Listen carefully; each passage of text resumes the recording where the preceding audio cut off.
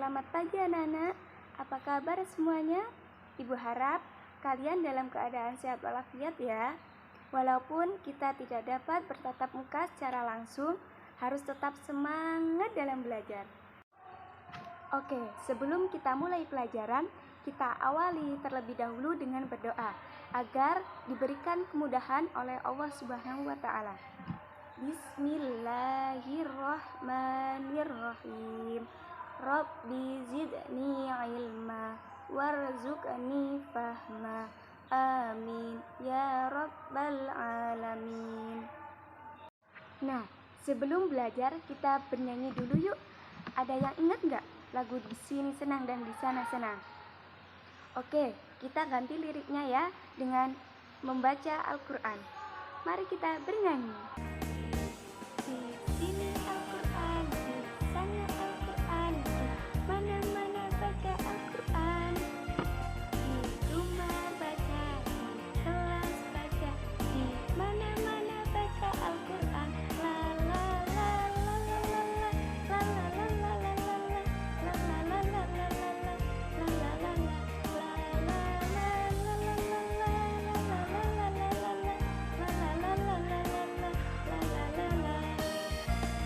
Alhamdulillah, tadi kita sudah berdoa dan kita sudah bernyanyi juga. Jadi sekarang kita mulai ya belajarnya hari ini, yaitu tentang Al-Quran dan hadis sebagai pedoman hidupku. Al-Quran dan hadis merupakan suatu yang sudah tidak asing lagi dalam kehidupan kita sehari-hari.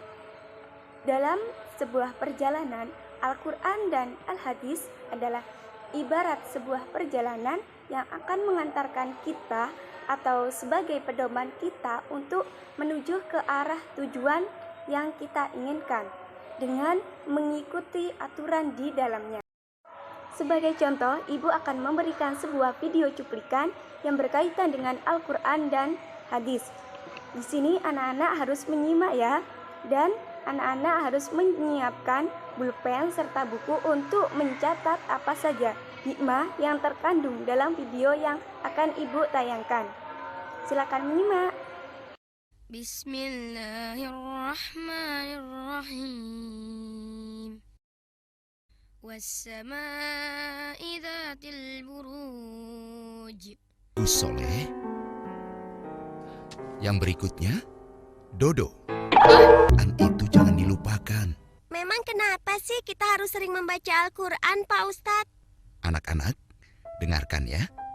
Kita dianjurkan sering membaca Al-Quran karena Al-Quran itu merupakan kalam Allah, sehingga merupakan bacaan yang mulia dan banyak keutamaannya, yaitu pertama, membaca Al-Quran merupakan ibadah yang berpahala. Setiap huruf yang dibaca akan mendapatkan ganjaran 10 pahala. Nabi juga bersabda, sebaik-baik di antara kalian adalah yang mempelajari Al-Quran dan mengajarkannya. Kedua, Al-Quran akan menjadi penolong di hari kiamat bagi siapa yang membacanya. Ketiga, akan mendapatkan doa keselamatan dari para malaikat. Dan yang terakhir, yang keempat, orang yang membaca Al-Quran akan senantiasa mendapatkan ketenangan. Nah, gimana anak-anak setelah Ibu tayangkan video tersebut? Banyak sekali bukan hikmah yang dapat kita ambil dari video tersebut?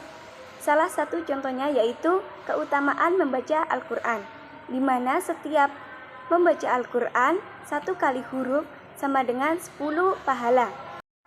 Oke anak-anak, sekarang kita masuk ke materi yang pertama, yaitu mengenai pengertian Al-Quran dan hadis. Ada yang tahu nggak apa itu pengertian Al-Quran? Al-Quran secara bahasa berasal dari kata qara'a yaqra'u Qur'anan, yang memiliki arti bacaan, membaca, atau bacaan yang sempurna.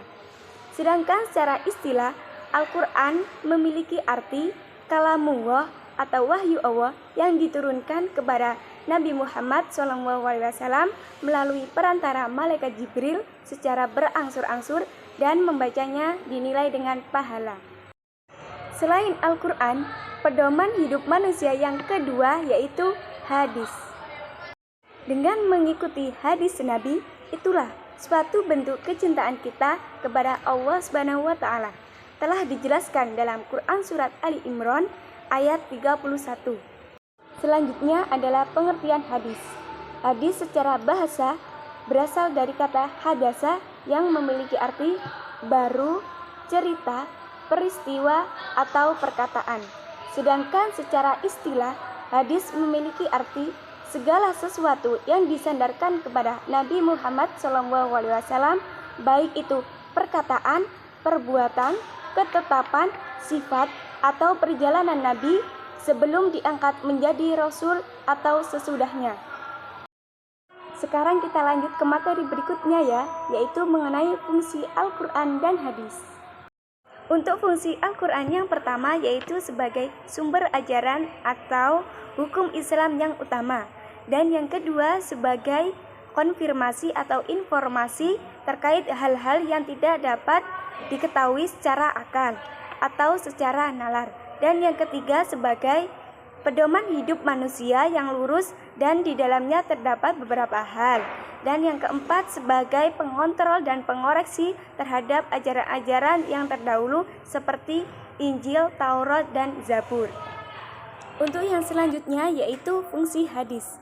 Fungsi hadis yang pertama yaitu mengukuhkan atau menegaskan hukum yang terdapat di dalam Al-Quran. Dalam hal ini, hadis mengulang perintah atau larangan yang terdapat di dalam Al-Quran. Fungsi yang kedua yaitu sebagai menguraikan atau menjelaskan dan merinci Al-Quran yang bersifat global atau mujmal. Dan fungsi yang ketiga yaitu sebagai menetapkan atau mengadakan hukum yang tidak ada dalam Al-Quran. Dan fungsi yang terakhir atau yang keempat yaitu sebagai membatasi keumuman ayat Al-Quran. Berikutnya adalah cara memfungsikan Al-Quran dan hadis dalam kehidupan sehari-hari. Cara memfungsikan Al-Quran dan hadis dalam kehidupan sehari-hari, kita bisa mengikuti kegiatan pengajian. Dan yang kedua, belajar, memahami atau memaknai isi yang terdapat di dalam kandungan Al-Quran dan hadis. Dan yang ketiga, selalu membaca Al-Quran setiap harinya. Bagaimana anak-anak sudah mulai paham ya tentang materi Al-Quran dan hadis sebagai pedoman hidupku? Di awal kita sudah mempelajari apa saja? Ya benar, yang pertama kita mempelajari tentang pengertian Al-Quran dan hadis. Dan yang kedua tentang fungsi Al-Quran dan hadis. Dan yang ketiga tentang cara memfungsikan Al-Quran dan hadis dalam kehidupan sehari-hari. Semoga apa yang kita pelajari hari ini mendapat ridho dan berkah dari Allah Subhanahu wa taala. Sebelum kita tutup materi pembelajaran hari ini, mari kita berdoa terlebih dahulu dengan doa kafaratul majlis. Bismillahirrahmanirrahim. Subhanakallahumma wa bihamdika asyhadu an la ilaha illa anta astaghfiruka wa atubu ilaik. Walhamdulillahirabbil alamin. Sekian dari Ibu Guru, kurang lebihnya mohon maaf. Wassalamualaikum warahmatullahi wabarakatuh.